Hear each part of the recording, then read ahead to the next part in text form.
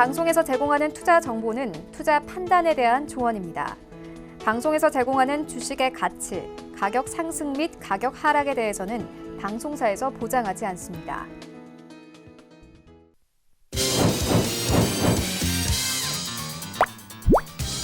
네, 오늘의 주요 헤드라인 소식입니다. 홍콩 인권민주법안이 미국 상하원 외교위원회를 통과하면서 미중 간 긴장이 다시 고조되고 있습니다. 법안은 미국이 매년 홍콩의 자치 수준을 평가해 홍콩의 특별지위 지속 여부를 결정하는 등의 내용을 담고 있는 가운데 중국이 강력히 반발하고 나서면서 다음 달로 예정된 미중 무역 협상에 부정적 영향을 미칠 것이라는 우려도 나오고 있습니다. 한국은행이 발표한 금융안전 상황 보고서에 따르면 8월 금융안정지수는 8.3으로 주의 단계 하한을 소폭 하회했습니다. 금융안정지수는 한은이 금융안정 상황에 영향을 미치는 월별 지표를 표준화해 산출한 것으로 주의 단계에 진입한 것은 2016년 2월 이후 처음입니다. 은성수 금융위원장은 기자들과 만난 자리에서 DLF 합동검사 중간 발표는 오는 10월 초로 예정되어 있다며 제도 개선 방안은 10월 말 정도로 예상한다고 밝혔습니다. 이어 합동검사는 금감원 자체로 진행한다며 불안전 판매 여부 등을 보고 금감원과 협의할 예정으로 시간이 꽤 걸릴 것이라고 설명했습니다.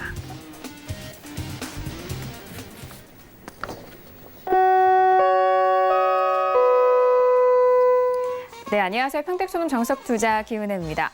오늘 코스피 지수가 간신히 강보합권에서 거래를 마쳤습니다. 오늘 흐름은 전강 후 약의 장세로 장 초반 기록했던 상승 흐름을 지키지 못한 채 마무리가 됐는데요.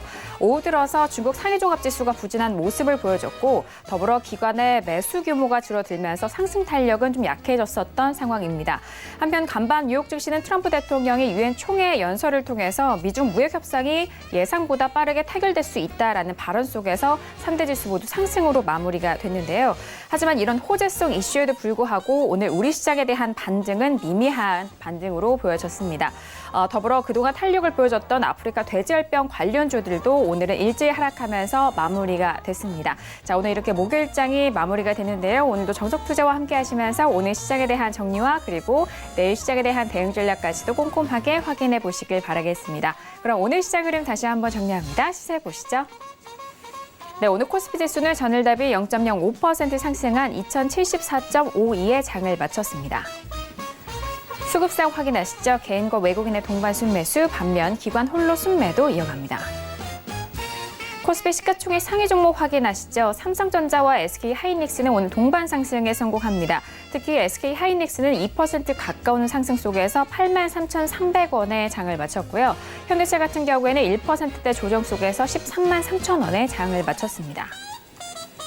계속해서 코스피 시가총액 상위 종목 확인하시죠.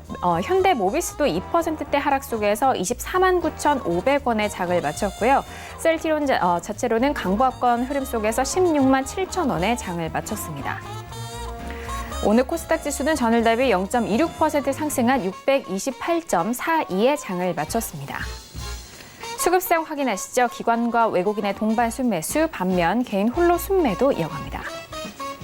코스닥 시가총액 상위 종목 확인하시죠. 셀트리온 헬스케어는 오늘 보합권 흐름 속에서 51,400원의 장을 마쳤고요. 메디톡스 같은 경우에는 8% 넘는 급등 속에서 381,900원의 장을 마쳤습니다. 계속해서 코스닥 시가총액 상위 종목 확인하시죠. 휴젤도 오늘 5%대 상승 속에서 404,200원의 장을 마쳤고요. HLB도 오늘 2% 오르는 상태로 45,950원의 장을 마쳤습니다. 네, 본격적으로 오늘 정석투자 시작합니다. 오늘은요, 봉추 선생님과 함께합니다. 봉추 선생님 안녕하세요. 네, 안녕하세요. 네, 반갑습니다. 자, 오늘 목요일장이었습니다. 일단 시작부터 상승 흐름으로 출발이 됐지만 장 중반에는 하락으로 좀 전환이 됐었습니다만 장 후반에는 가까스로 강보한 마감이 됐거든요. 오늘 우리 시장 어떻게 보셨을까요? 네, 상당히 복잡한 흐름이었었죠. 초반만 하더라도 분위기가 상당히 좋았었어요. 그런데 결국 중반 이후에 그냥 쭉 미끄러지는 그런 흐름이 나왔습니다. 오늘 등락의 폭을 보면은 고점에서 저점까지 23포인트 정도 돼요. 상당한 폭이죠.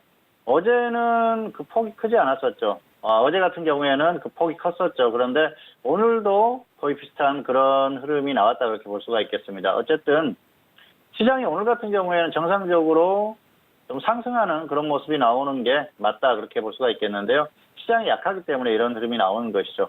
불안하기 때문에 아무래도 버티지 못하고 결국은 하락하는 흐름이 나오는데요. 오늘 장이 하락할 때 보면은 전반적으로 크게 뭔가 하락할 만한 그런 요인이 없는데도 불구하고 대형주들의 흐름이 좋지 않은 그런 모습을 보이면서 쭉 미끄러지는 흐름이 나왔습니다.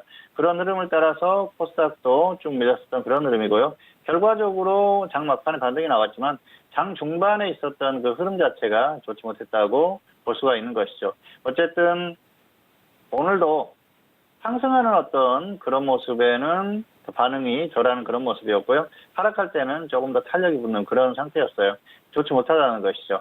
어제 흐름을 그대로 이어가는 모습이고요. 오늘 좋지 못했다는 건 저점을 이탈했다는 것입니다. 어제 저점을 이탈했고 오늘 2064까지 빠졌지 않습니까? 2070을 깨고 쭉 내려갔어요. 장중이라도 상당한 의미가 있다고 보고요. 이제 어느 정도 좀 추세가 다시 또 단기적으로 굳어지는 그런 상태가 나올 수 있는 그런 여건을 마련했다고 볼 수가 있을 것 같습니다. 전반적으로 좋아 보이는 흐름이었지만 결과적으로는 좋지 않은 그런 상태로 마감을 했고요. 지수가 겨우 버티는 흐름 정도였어요. 오늘 삼성전자가 막판에 가격을 들어올리지 않았으면 하락 마감했습니다. 그런데 지수를 조금 관리해주는 그런 차원의 흐름이었다고 보고요. 큰 의미는 없다고 생각을 합니다. 삼성전자가 여전히 좀 버티고 있지만 가격적인 한계의 어떤 그런 모습을 보이고 있기 때문에 삼성전자의 흐름도 중요하게 됐고요. 그리고 무엇보다 또 해외 증시도 중요한 그런 여러 가지 이런 상황들이 됐습니다. 어쨌든 단기적으로 다시 시장이 또 꺾이는 그런 흐름을 보이고 있다 그렇게 볼 수가 있겠고요. 오늘은 전반적으로 지수 자체만 놓고 봤을 때는 강하게 보이지만은 내용은 좋지 않았던 그런 장이었다. 이렇게 언급을 할 수가 있을 것 같습니다.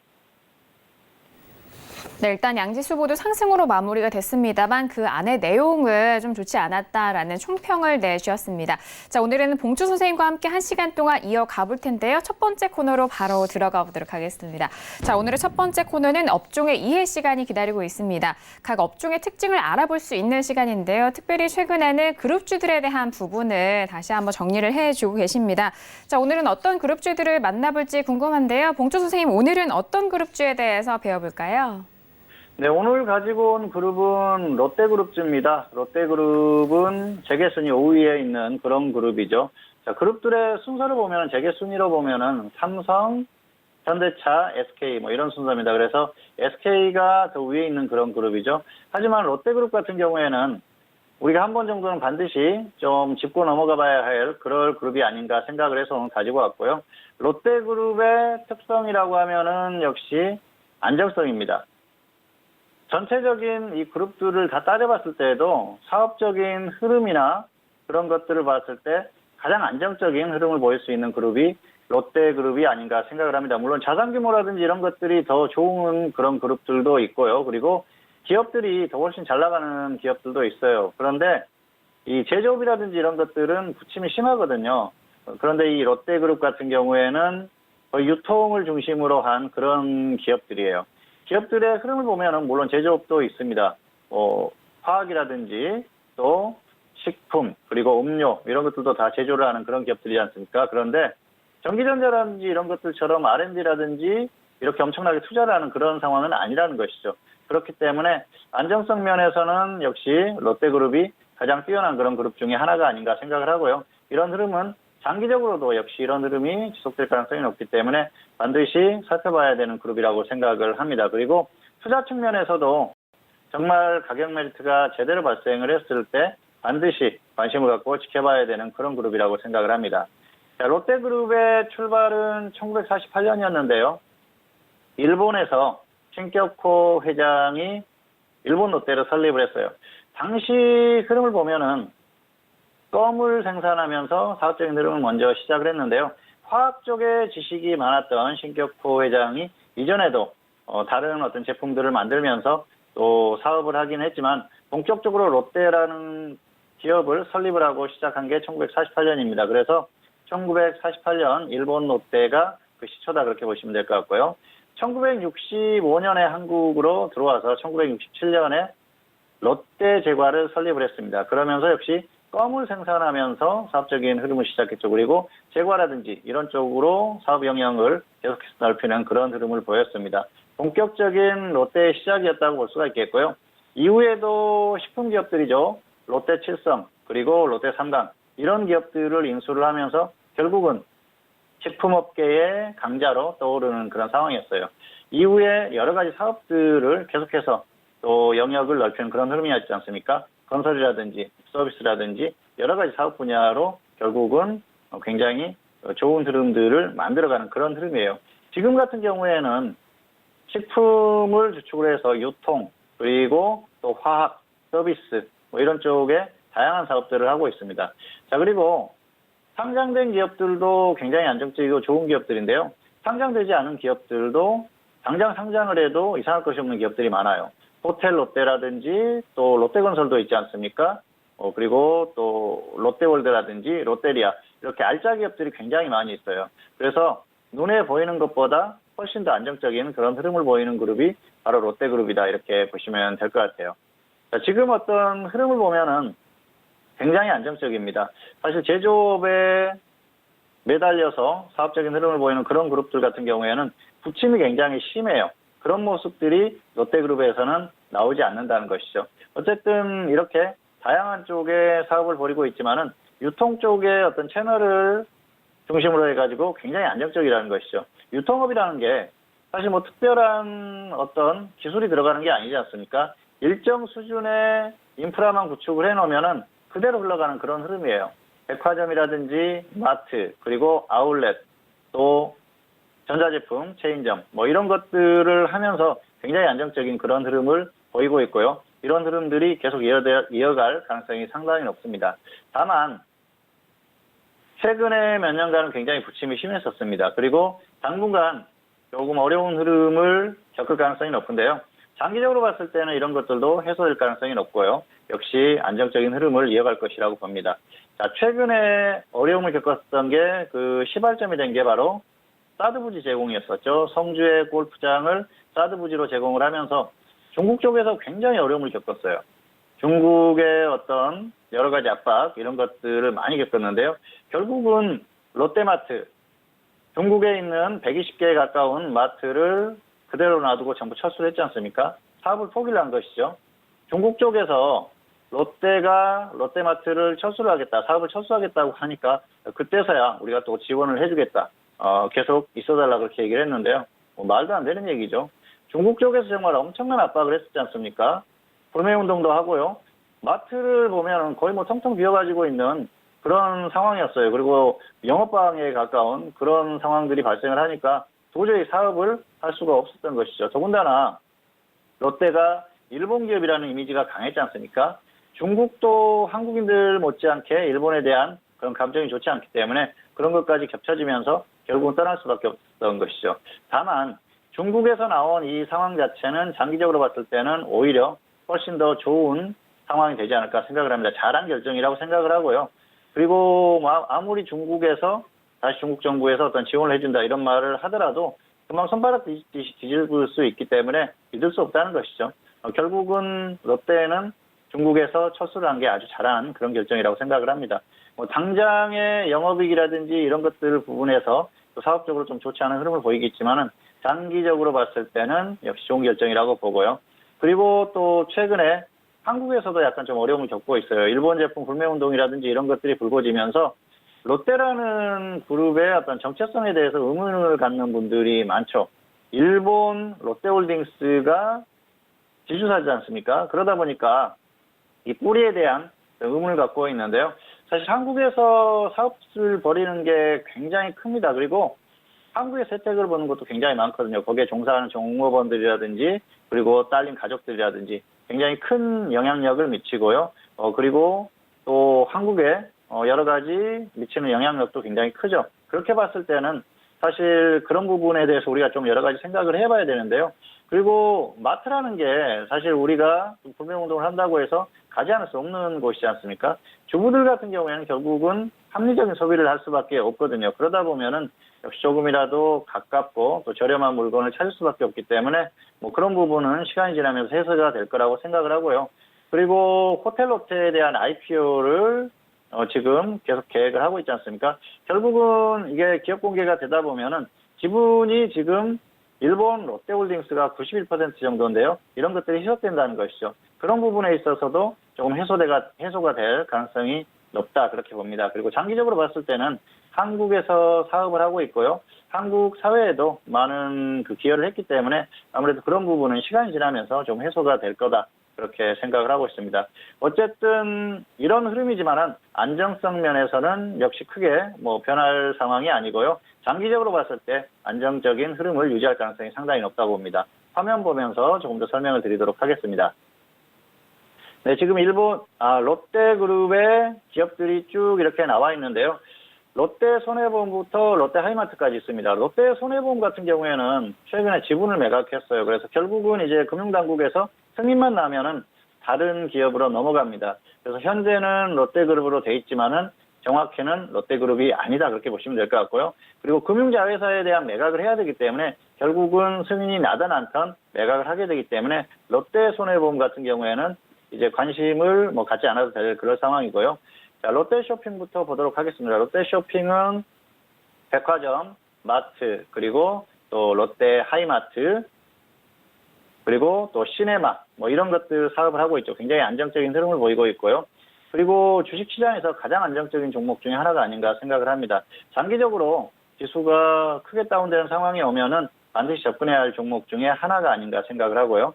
롯데정밀화학은 삼성정밀화학이었었죠. 삼성에서 인수를 하면서 롯데정밀화학이 됐는데요. 일반화학, 또 가성수다라든지 이런 제품들을 생산하는데요. 기업 흐름이 엄청나거나 그런 정도는 아니에요. 다만 안정적으로 꾸준히 성장하는 그런 기업이니까 역시 어느 정도 흐름은 유지할 가능성이 높습니다.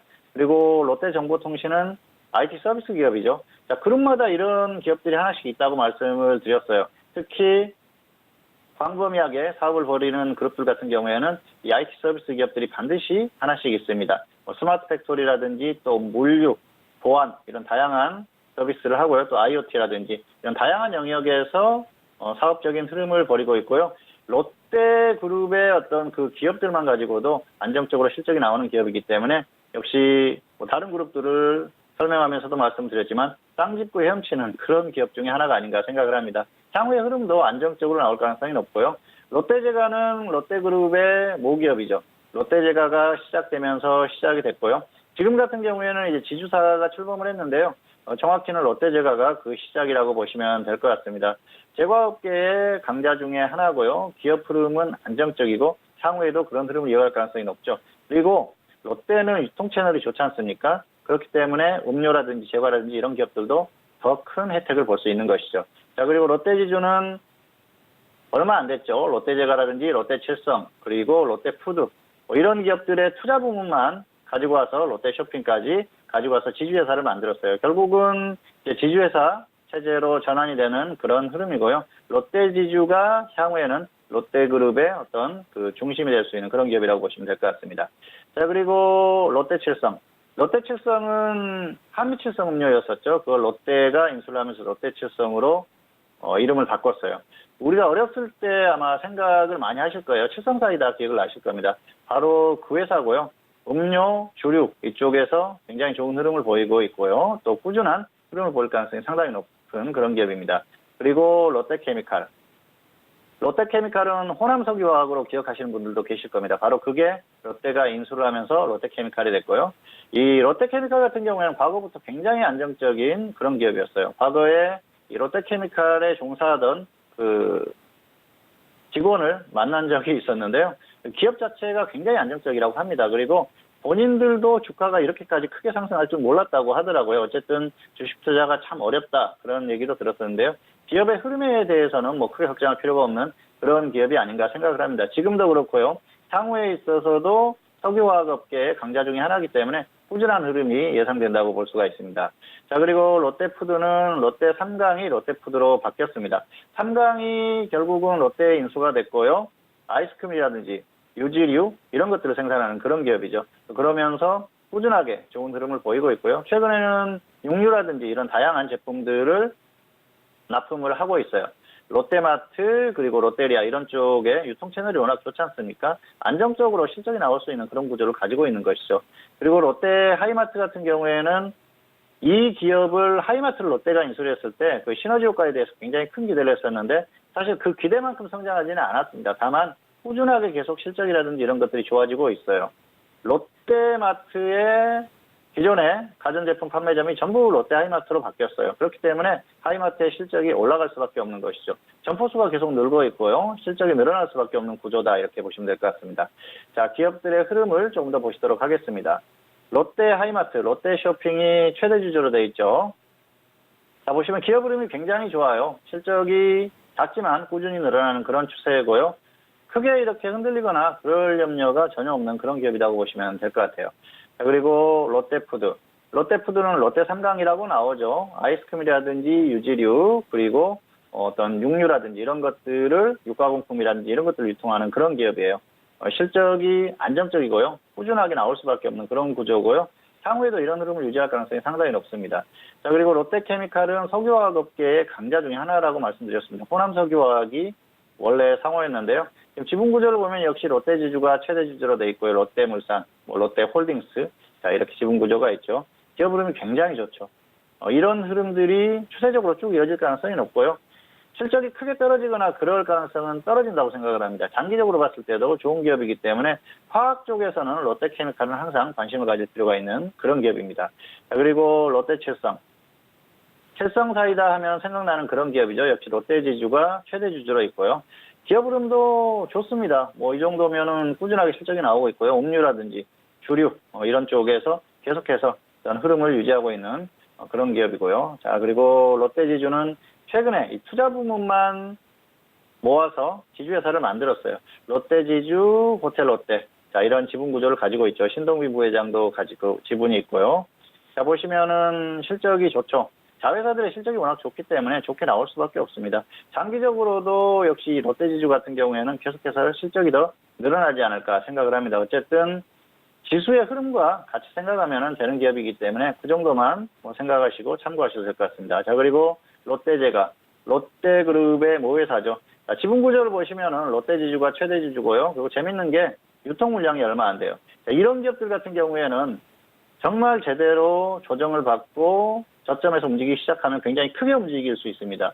유통 물량이 얼마 안 되기 때문에 조금만 외국인들이나 기관이 매수를 해도 엄청나게 주가가 갈 수가 있다는 것이죠. 그리고 최근에 또 투자회사와 이렇게 분리가 되면서 가격에 대한 어떤 메리트도 생긴 듯한 그런 착시 효과를 느낄 수 있는 그런 상황이기 때문에 장기적으로 관심을 가질 만한 그런 기업이 아닌가 생각을 합니다. 그리고 기업 흐름도 굉장히 좋아요. 꾸준하게 실적이 나오는 기업이니까 뭐 이런 부분에 대해서는 걱정할 필요가 없죠.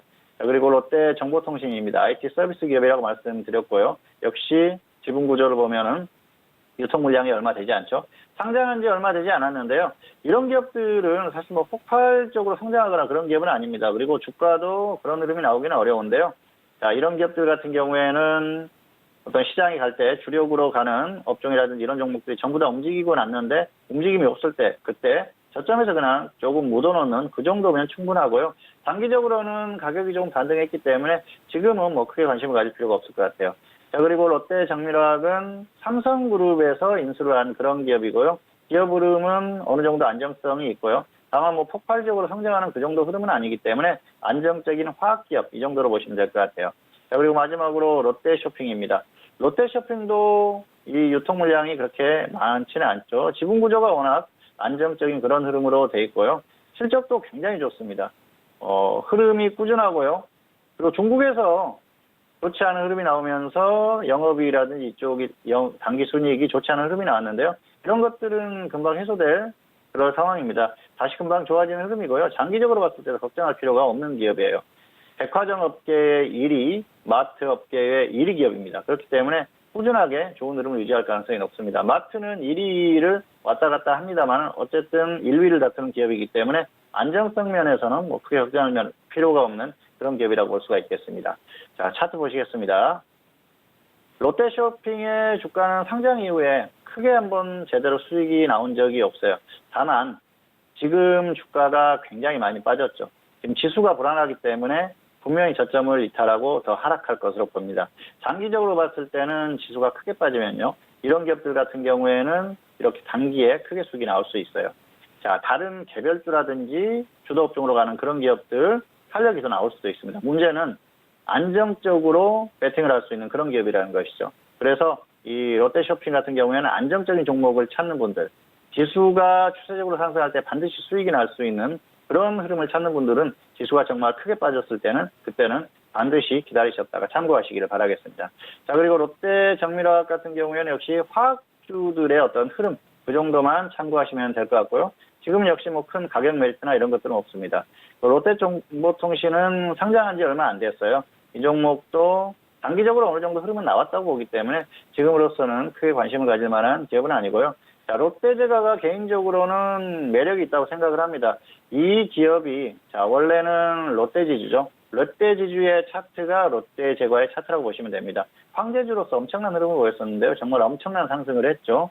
그리고 고점에서 조정도 많이 받았어요. 그런데 기업이 분리가 되면서 롯데제과가 마치 가격이 굉장히 메리트가 있는 그런 상태로 접어들었어요. 저평가된 상태고요. 그리고 이런 상태에서 지수가 빠지면서 정말 크게 빠지면은 이런 기업들은 워낙 안정적이기 때문에 외국인하고 기관하고 매수가 들어오면서 갑자기 확 들어올릴 수가 있는 것이죠. 장기적으로 역시 관심을 가질 만한 그런 기업 중에 하나라고 보고요. 지금으로서는 지수보다 약한 흐름이기 때문에 지금은 당분간은 또 여러 가지 흐름상 좋지 않기 때문에 관심은 갖지 말자. 그렇게 말씀을 드리고 싶고요. 자, 그리고 롯데칠성. 롯데칠성 같은 경우에도 역시 장기적으로 많이 상승했죠. 지금도 조정을 많이 받았는데요. 가격 메리트가 별로 없어요. 그래서 큰 메리트는 없는 그런 기업이라고 볼 수가 있겠습니다. 자, 롯데케미칼도 마찬가지죠. 장기적인 상승세 역시 화학업종의 어떤 흐름과 같이 한다고 보시면 될 것 같고요. 지금은 가격 메리트가 없기 때문에 정말 크게 조정을 받지 않는다면은 어떤 주가의 어떤 종목으로서는 큰 매력은 없다고 볼 수가 있겠습니다. 자, 그리고 롯데푸드도 마찬가지죠. 가격 메리트가 없는 상태입니다. 조정을 많이 받았는데도 가격 메리트가 없죠. 다만 이 종목 같은 경우에는 고점에서 벌써 거의 3분의 1 정도 하락했기 때문에 지수 빠지면서 더 크게 빠진다고 하면은 단기적으로 단기에 크게 뛰어오를 수 있는 그런 종목 중에 하나고요. 안정적인 종목이다. 그 정도로 보시면 될 것 같고요. 자, 그리고 또 매력 있는 종목 중에 하나죠. 롯데하이마트. 롯데하이마트는 롯데그룹에 편입되고 나서 한 번도 제대로 흐름이 나온 적이 없어요. 자, 이때 한번 100% 정도 흐름이 나왔었는데요. 단기에 이렇게 탄력이 나올 수 있는 이런 종목이에요. 가볍다는 것이죠. 롯데쇼핑이 약간 무거운 데 반해서 롯데하이마트는 롯데그룹에 있는 기업으로서 안정성이 있는 반면에 탄력이 강하게 나올 수 있는 종목입니다. 그래서 롯데하이마트는 주가의 어떤 제대로 된 흐름이 한 번도 나온 적이 없기 때문에 장기적으로 관심을 가질 만한 그런 종목 중에 하나가 아닌가 생각을 합니다. 자, 오늘은 롯데그룹에 대해서 전반적으로 살펴봤는데요.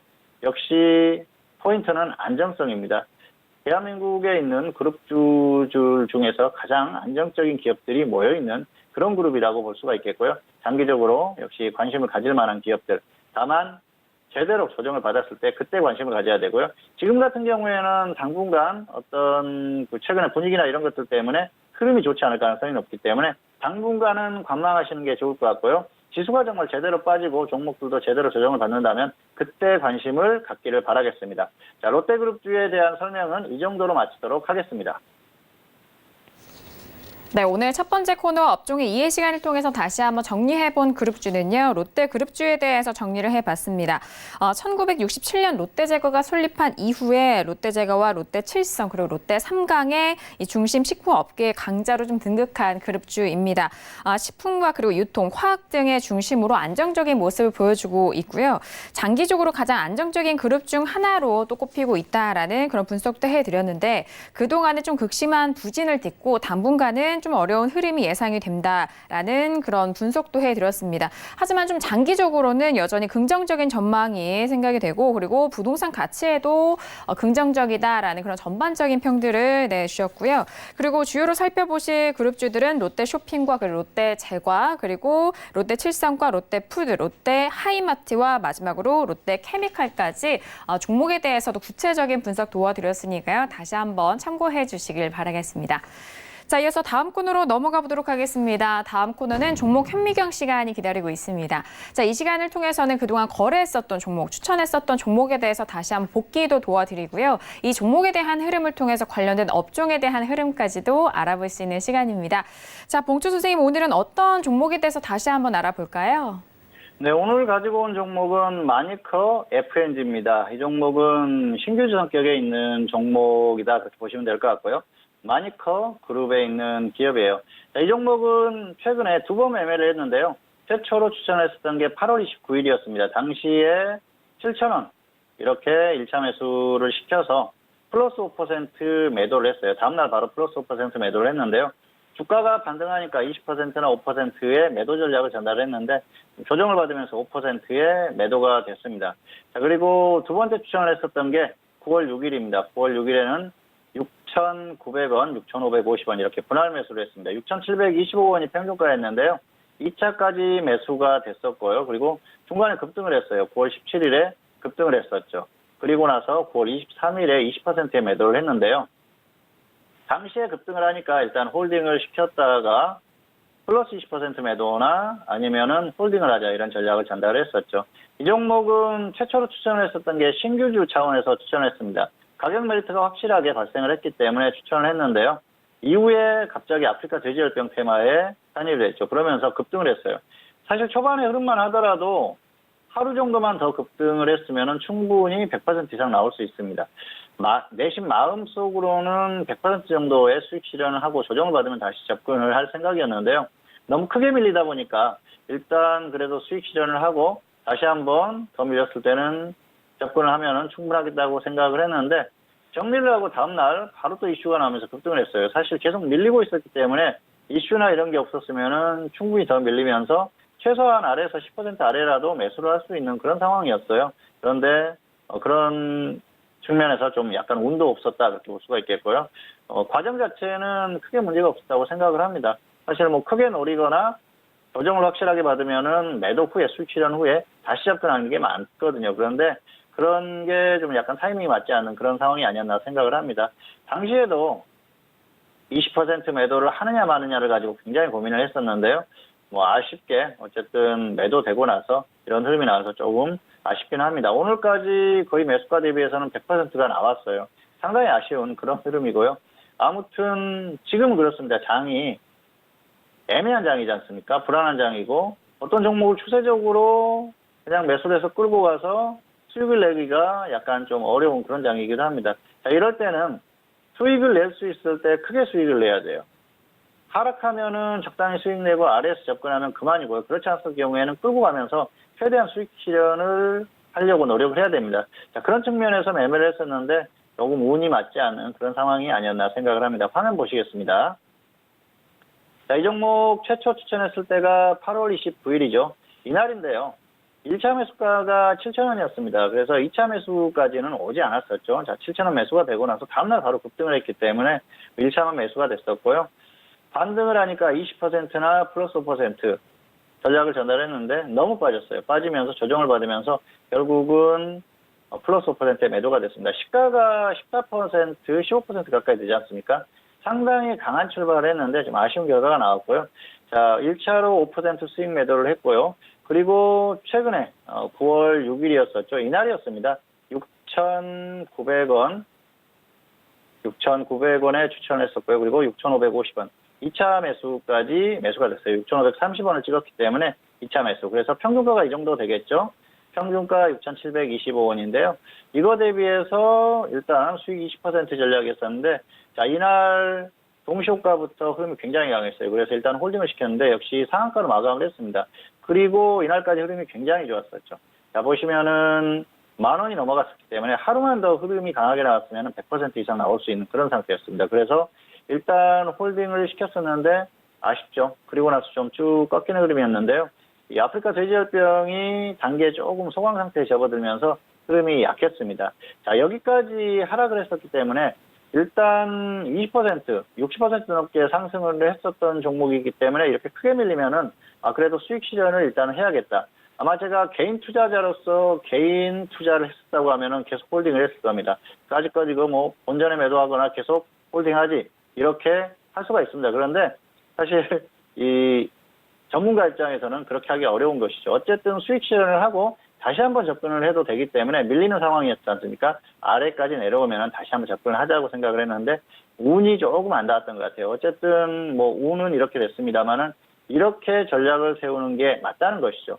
가면은 최대한 끌고 가보자는 것입니다. 그리고 개인 투자자들 같은 경우에는 사실 이렇게 최저점 매수를 했다고 하면은 번져놓으면은 매도를 하든가 아니면은 뭐 100% 이상 노려보든가 이런 것들도 충분히 가능합니다. 그리고 상승했다 꺾이면 그때 매도를 해도 되거든요. 어쨌든 다양한 그런 매매가 가능하기 때문에 이런 것들도 좀 활용을 해보시길 바라겠습니다. 어쨌든 결과적으로는 조금 아쉽지만 과정 자체로는 괜찮았었고요. 종목 발굴이라든지 또 여러 가지로 이런 것들은 괜찮았었던 그런 상황이 아닌가 생각을 합니다. 자, 그리고 이 종목 현미경이라는 코너를 통해서 종목에 대한 어떤 매매 내역이라든지 이런 것들을 계속 말씀드렸는데요. 사실 굉장히 유용한 코너입니다. 왜냐하면은 매매를 어떻게 했는지 또 어느 순간에 매수를 했는지 매도를 했는지 이런 것들을 알 수 있기 때문에 이런 것들을 복기해 보면은 매매하시는 데 조금 더 도움이 되지 않을까 생각을 하고요. 오늘 마니커 FNG 같은 경우에도 매수를 하고 매도를 했었던 이런 패턴이나 이런 것들에 대해서 다시 한번 또 짚어보신다면 충분히 도움이 되지 않을까 생각을 합니다. 자, 종목에 대한 설명은 이 정도로 마치도록 하겠습니다. 네, 오늘 종목 현미경 시간을 통해서 다시 한번 돌아본 종목은요. 마니커 FNG에 대해서 알아봤습니다. 자, 오늘장 9% 넘게 상승하면서 12,300원에 대한 오늘 종가를 보여줬는데 이 종목에 대해서는 계속적으로 좀 반복 매매했었던 부분, 이 과정을 다시 한번 풀어서 설명을 해드렸습니다. 앞으로 계속해서 테마가 살아있는 이 테마에 대해서 이 종목에 대한 가격대 어떻게 접근을 해야 되는지 그리고 관련된 업종에 대해서도 접근 방법도 쉽게 풀어드렸으니까요. 다시 한번 참고해 주시길 바라겠고요. 이번 코너는 좀 마지막이기 때문에 총평도 함께 들려주셨던 것 같습니다. 이 부분 통해서 많은 도움이 되셨길 바라겠습니다. 자, 지금 시각은 10시 33분 지나가고 있고요. 오늘 목요일장이 개장이 된 지 3분 정도의 시간이 지난 상황입니다. 자, 오늘 뉴욕 증시는 3대 지수 혼조세로 출발이 된 상황입니다. 일단 다우지수 홀로 상승세를 이어가고 있고 S&P 500 지수와 그리고 나스닥 지수 같은 경우에는 보합권 흐름 속에서 좀 갈팡질팡하고 있는 모습을 보여주고 있는데요. 역시나 뭐 속보 내용으로 들려오고 있는 것은 트럼프 대통령의 탄핵 가능성에 대한 구체적인 내용입니다. 일단 내부 고발자에 대한 고발이 나온 이후에 주식이 좀 변동이 없다라는 그런 소식이 들려오고 있고 더불어서 유엔 총회에서 발언했었던 이 연설 내용이죠. 트럼프 대통령이 미중 무역 협상이 예상보다 좀 빠르게 타결될 수 있다라는 가능성, 이 두 가지 이슈가 좀 충돌을 하면서 지수에 대해서는 보합권 흐름에서 좀 고민을 하고 있는 듯한 모습을 보여주고 있습니다. 일단 2020년 대선을 앞두고 일단 뭐 외국으로부터 간섭을 요청했다라는 이런 내부 고발자의 이런 정보 속에서 트럼프 대통령에 대한 이런 탄핵 가능성을 좀 대두시키고 있는 상황이고요. 한편 이런 이슈를 소멸하기 위해서 트럼프 대통령은 또 유엔 총회를 통해 미중 무역 협상으로 좀 눈길을 돌리려는 이런 흐름 속에서 양시장이 일단 좀 팽팽하게 부딪히고 있는 국면인 것 같습니다. 오늘장 같은 경우에는 혼조 출발이 됐다라는 점 확인해 주시길 바랄게요. 자, 이어서 선생님 질문 있을 시간으로 넘어가 보도록 하겠습니다. 오늘도 다양한 질문들 많이 접수해 주셨고요. 첫 번째 질문부터 확인해 볼게요. 자, 오늘의 첫 번째 질문은 끝자리 8622님의 질문입니다. 후성을 8,350원에 비중은 50% 질문 주셨습니다. 오늘장 후성 종가 먼저 확인해 보실까요? 자, 오늘장 같은 경우에는 2% 가깝게 떨어지면서 8,390원에 마무리가 된 상황입니다. 지금 매수가 거의 근처이긴 해도 소폭 수익을 보고 계시는데요. 후성은 어떻게 보실까요? 네, 학점은 C고요. 수익 20% 보시거나 아니면 하락하면 본전의 절반 매도를 하세요. 본전 오면은 절반 매도하시고요. 그냥 상승하면은 20% 이상 수익, 그리고 하락했을 때는 7,500원에 한번 추가를 하십시오. 그래서 추가되면 평균가 대비해서 손절 마이너스 10%, 수익 플러스 20% 이상 이렇게 보시기 바라겠습니다. 일본 수출 규제 관련주죠. 그래서 한 번 정도는 움직임이 가능할 거라고 생각을 하는데요. 흐름이 계속 약합니다. 그리고 관련주들의 흐름이 나오지 않고 있기 때문에 밀렸을 때는 추가 하락에도 대비를 해야죠. 그렇게 대응하시기 바라겠고요. 아쉽지만 그렇게 대응하시기 바라겠습니다. 화면 보시겠습니다. 8,350원에 매수를 하셨어요. 여기에서 매수하신 겁니다. 이게 아니고요. 여기에서 매수하신 거예요. 여기에서. 매수가가 약간 애매하긴 합니다. 그런데 결과적으로 좋았어요. 급등하면서 좋았는데 여기에서 매도를 못할 수도 있어요. 쭉 꺾이면은 사실 이런 데서 매도하기가 애매하거든요. 자, 기다릴 수 있다고 봅니다. 그런데 중요한 건 두 번째 반등했다가 다시 꺾였을 때 여기에선 정리를 하셨어야 되는데 못 하셨어요. 그러다 보니까 지금 끌려오는 거 아닙니까? 결과적으로는 쭉 끌려오다가 이제는 매도하기가 힘들죠. 여기에서는 지금 두 번 반등이 나왔기 때문에 다시 한번 기대를 하는 것이죠. 테마주기 때문에 분명히 한 번 정도는 반등이 나올 거라고 생각을 합니다. 그럼에도 불구하고 하락에도 대비를 하자는 것이죠. 본전 절반 일단 매도하시고요. 본전 안 오면 그냥 20% 이상 상황 봐가지고 매도하세요.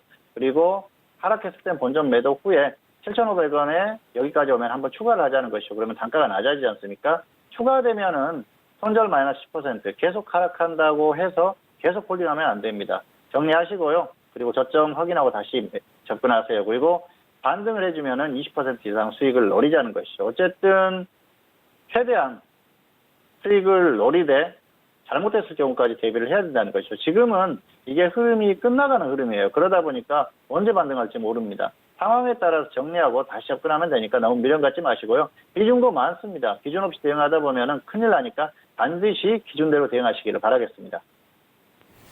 네, 후성에 대한 진단이었습니다. 학점은 C학점이고요. 일단 테마에 대해서, 재료에 대해서 점차 좀 소멸되고 하고 있는 상황이기 때문에 이 부분 주의하셔서 기준대로 대응하자라는 말씀이십니다.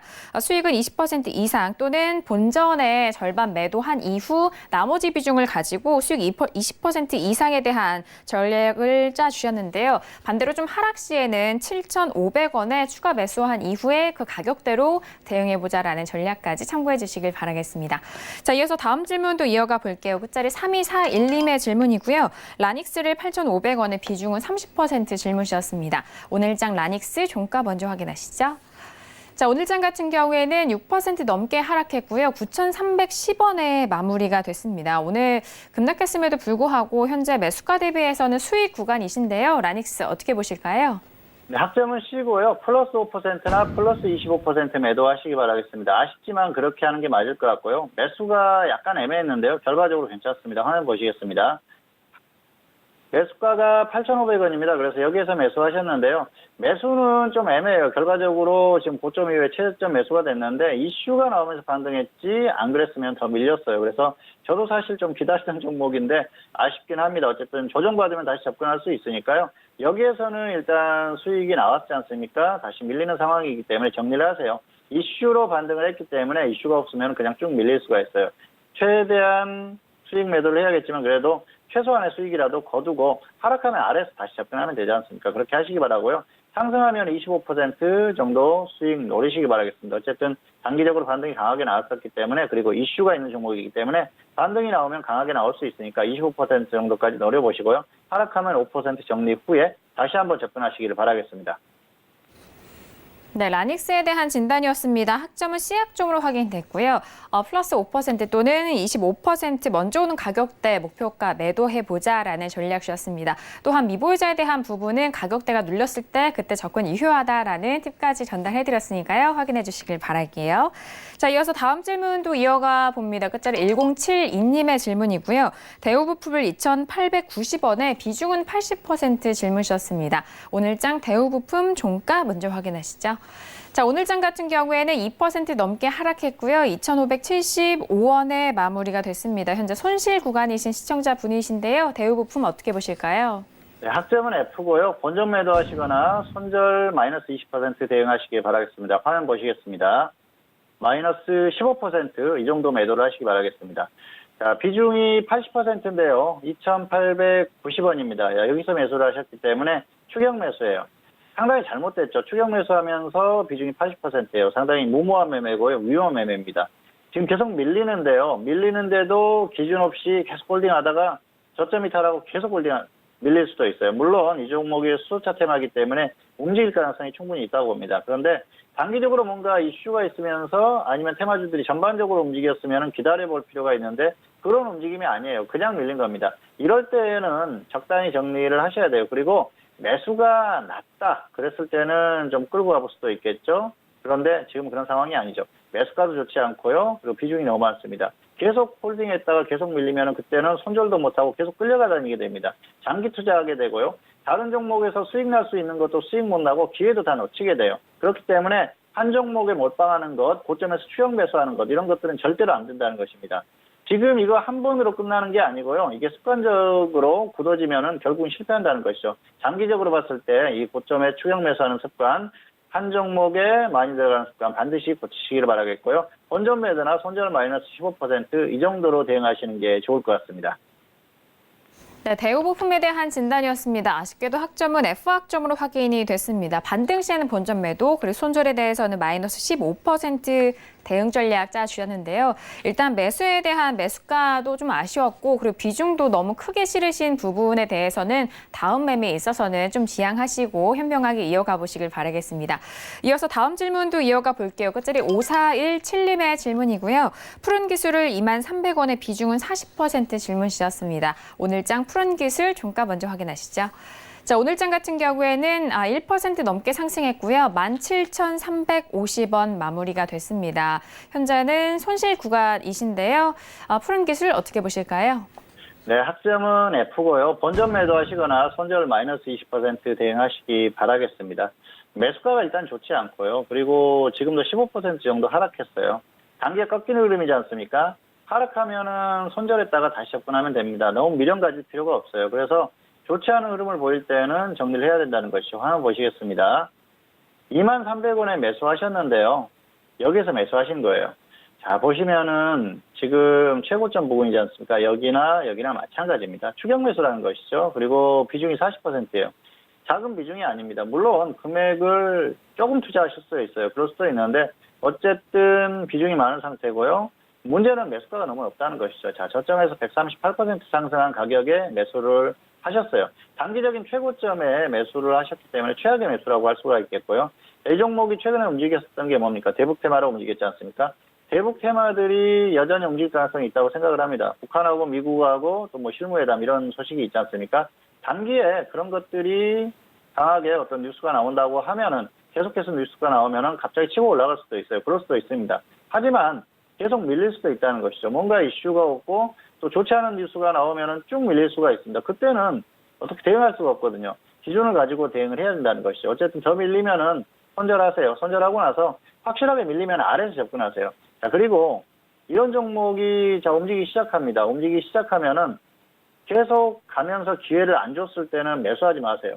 여기가 고점인데 따라잡지 마시고요. 조정을 받았을 때 확실히 조정을 받으면 접근하고 아니면 다른 종목으로 접근하면 그만입니다. 그렇기 때문에 추격 매수하는 습관 반드시 버리시기 바라겠고요. 어쨌든 이 종목 같은 경우에는 정리 후에 조정 확실히 받으면 다시 접근하시기 바랍니다. 본전 매도나 손절 마이너스 20% 정도로 대응하시기를 바라겠습니다.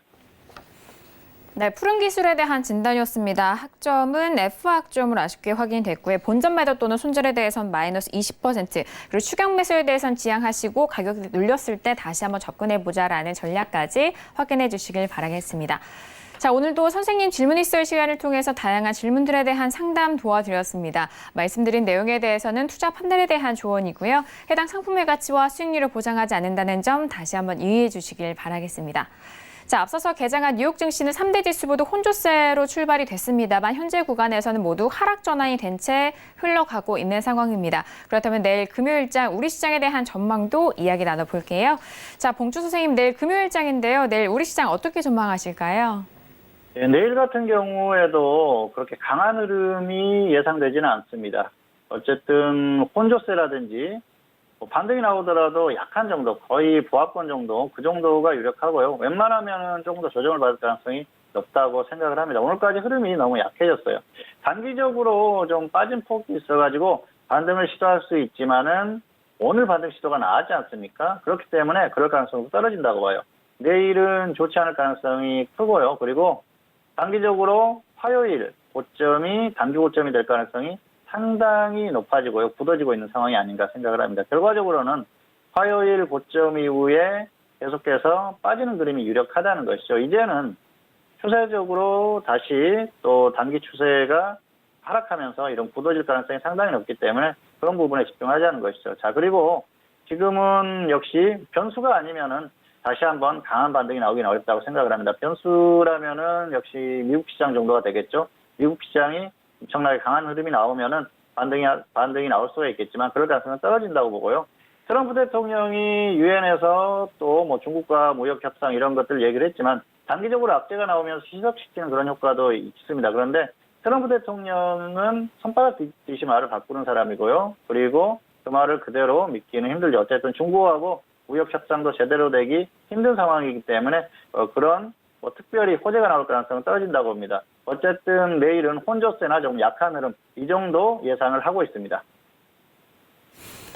네, 화요일에 기록했었던 2100선에 대한 단기 고점에 대한 가능성도 말씀을 해주셨고요. 내일장 같은 경우에는 단기 약세 전환이 된 상황 속에서 흐름이 예상이 된다라는 말씀까지 더해주셨습니다. 자, 오늘은 봉추 선생님과 함께 했는데요. 함께 해주신 봉추 선생님과는 여기서 인사 나누도록 하겠습니다. 오늘 말씀 감사합니다. 네, 감사합니다.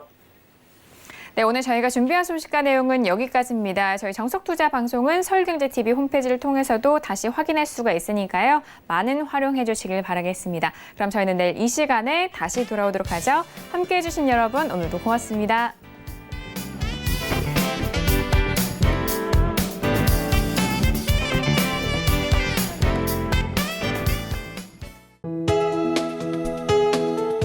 방송에서 제공하는 투자 정보는 투자 판단에 대한 조언입니다. 방송에서 제공하는 주식의 가치, 가격 상승 및 가격 하락에 대해서는 방송사에서 보장하지 않습니다.